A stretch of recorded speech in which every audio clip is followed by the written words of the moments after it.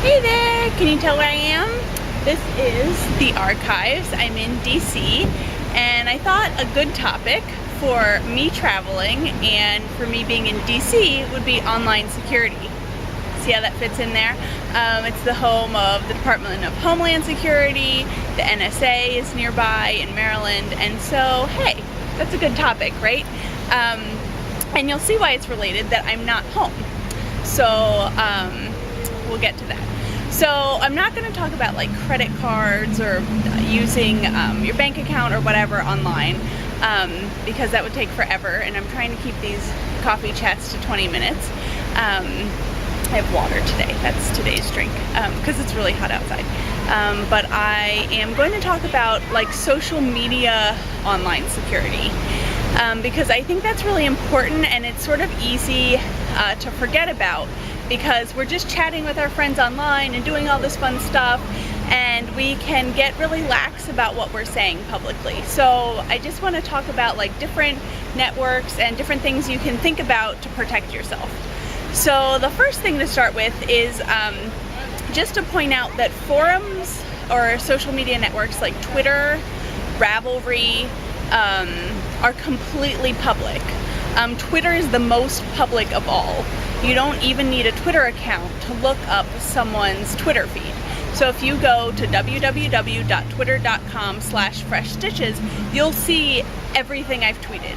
You don't have to follow me. You don't have to like me. Like, I don't see that you have read my tweets.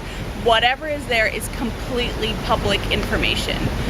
And Ravelry too, you need an account, but anyone can read anything you post in any of the forums. Facebook is a little different.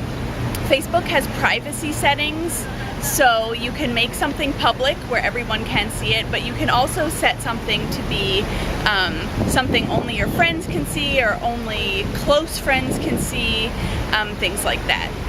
Now, why should you care if it's public?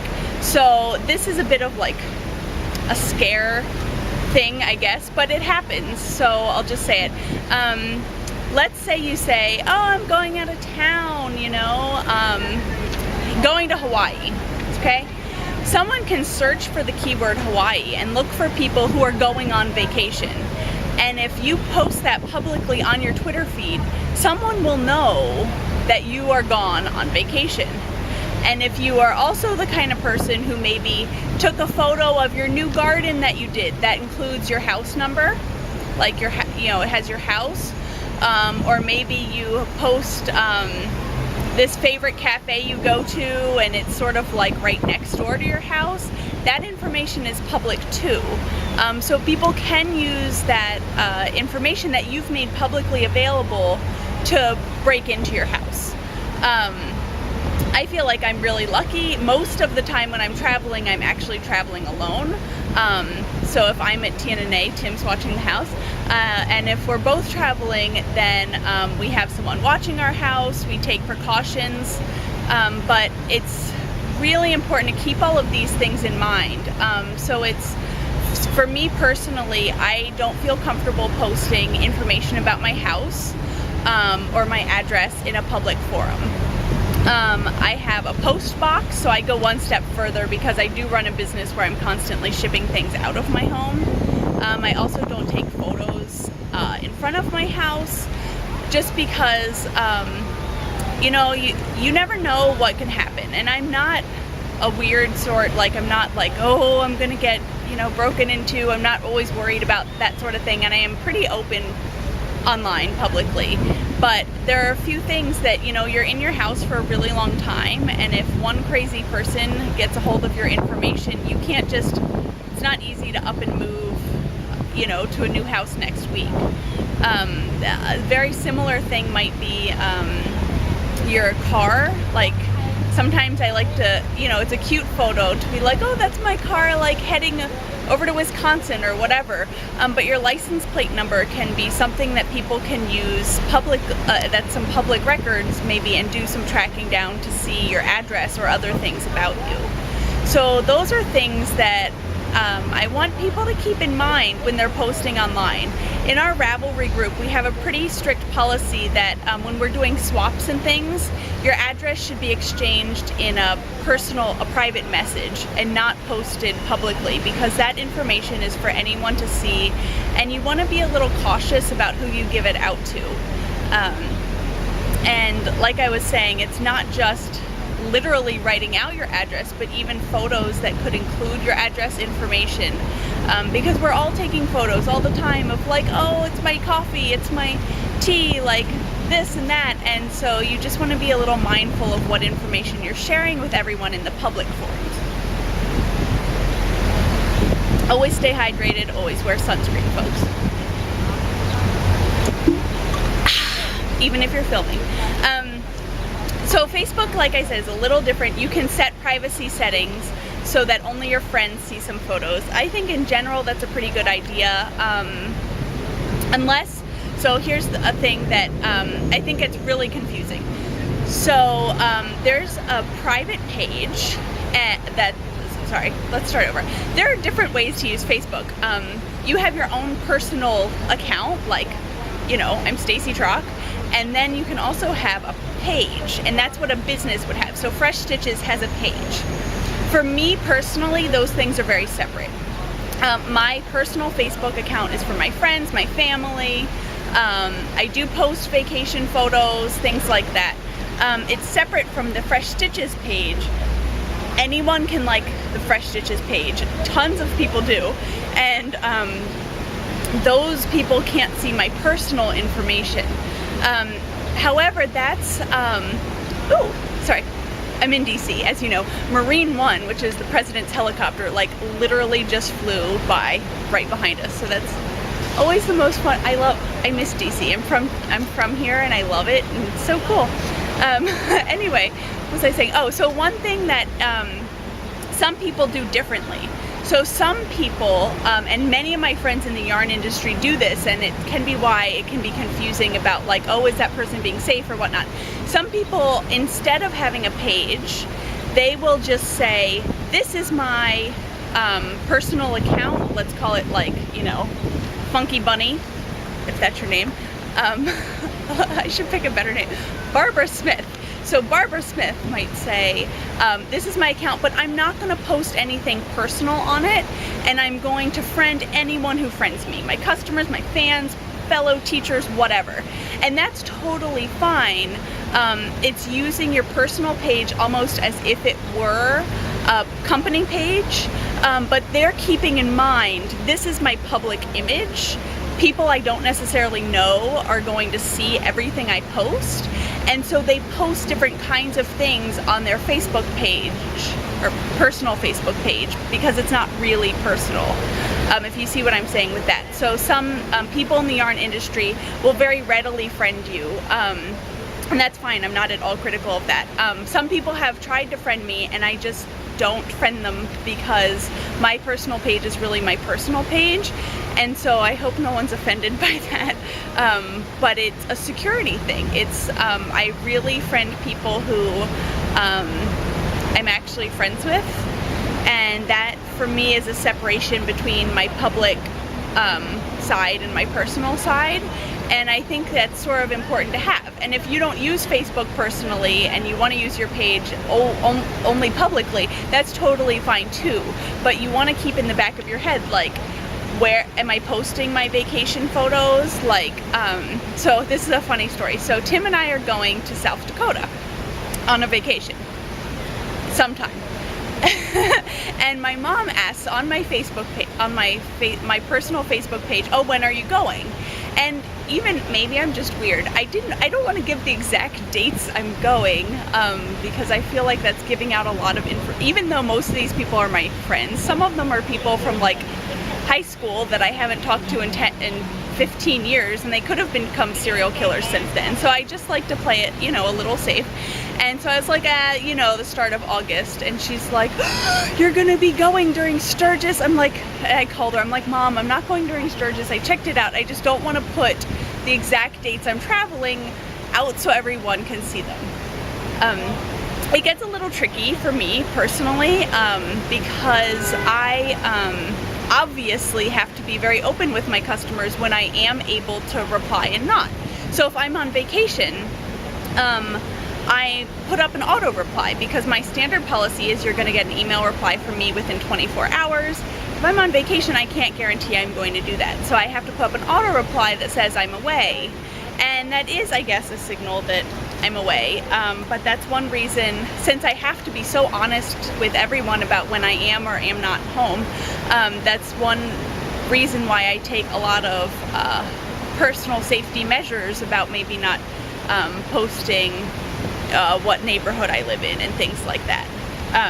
It's really tragic. Can I show you what happened on a side note? I wrote these notes that I wanted to chat about, and my water bottle, because you know I always carry water, it spilled in my bag, and now my highlighter is all, you know, run all over the place. So anyway, there are other social media networks, and they all have different kinds of privacy settings, so you'll want to investigate that. Instagram is completely public, so I'm Stacey Trock. You can just go to instagram.com/Stacey Trock. Every photo I post is there. And another angle that gets sort of tricky, and so I'm saying these things because I think about them a lot, because I'm very personal with my blog, and I think it's important for me to be relatable and personal, and I really do care about my customers, and I want to talk to them and interact with them, and keep them in my life, because my life is kind of my business. Like, it's the same thing, you know, like my hobbies are crochet and knitting related, and they're all like together, but at the same time there could be someone crazy, and so I'm trying to make sure I don't get in trouble there. So what was I just saying? Like Instagram, oh right, so it gets tricky because like I'll post a photo of something, and I have customers who see it, and I also have friends who see it. And so I might have a friend that says something like, oh yeah, like that's a great photo, can't wait to see you Tuesday night at the sushi place, you know, this sushi place we have an appointment to. And so sometimes you can't always help what and then that's public, right? So you can't always help what everyone is saying, but it doesn't hurt to have a frank conversation with your friends and family about what your boundaries are. And I know it's awkward, it's sort of like talking about setting up your will, like it just feels incredibly awkward and weird, but it's worth having, especially if you have children. I know this is really common, a common conversation topic, to just say like, you know what, I just don't feel comfortable with other people posting photos of my children on Facebook. That's a totally okay thing to say, because in the end, it's your life and it's your personal risk. You know, it's your house that's going to get robbed, or your, you know, dog that's going to get kidnapped, or whatever. I mean, I'm not saying those things are really going to happen, but it's your life that's at risk in a way, and so it's okay for you to just say to people what your boundaries are. I've told my friends that my boundary is that they cannot post photos of my house online tagged with me. So if they happen to be at my house, and they can take photos of, let's say, a dish, a plate of food, and say, oh, tag Fresh Stitches made this yummy sausage and it's great. That's fine. They could also like take a photo that includes, I guess, a sofa, and just say like hanging out with friends and not tag me. That's fine. But they can't take a photo of my whole house and tag me, because someone looking for Fresh Stitches would be able to link that information up to me, and that's my personal boundary. And my opinion is that it's okay to start maybe a little stricter than you super care about. You know, like, do I care if someone really posts a photo of my soda? I don't know, not really, but people can make mistakes, and it's better to just pretend like you're being start a little stricter and relax them as you feel comfortable. Final thing, I guess, is about post boxes. I have a post box, and it's actually super cheap. It's $70 a year, and it's I I only got one once I had a business, but it's something I'm just throwing out there to think about. If your house is a place, so I mean, I've had customers email me and say like, hey, can I stop by and see your studio? And my studio isn't open. I just don't run that kind of business. It's really my home. I don't feel comfortable interacting with people in that way. But when you have a business, and I don't think those people were asking to come to my home. I think some of them were thinking I have a studio like in a district with, you know, artist studios, because many artists and companies have a place that you can visit, and that's great. So I think sometimes if you have an address, people might mistake that for a place that they can drop by and visit. And even if you participate in tons of swaps and things like that, if you're feeling weird about giving out your address, a post box can be a really, and I mean, it's not free, it's not super cheap, but it's fairly inexpensive way of guarding your privacy. And also, I haven't done this yet, but I have friends who have done it, and I think it's a great idea. You can get a Google phone number, and so you can hand out this phone number to people, and it will direct it to your cell phone, but it's not handing out your personal phone number to people, and it can take voicemail messages for you and things like that. So that's another great sort of like, it's just a buffer. Because the world's changing. You know, I haven't changed my phone number in years, and because I just have a cell phone, I don't have a landline. And if someone got it and like started badgering me on it, you know, it'd be a lot of trouble to change my phone number.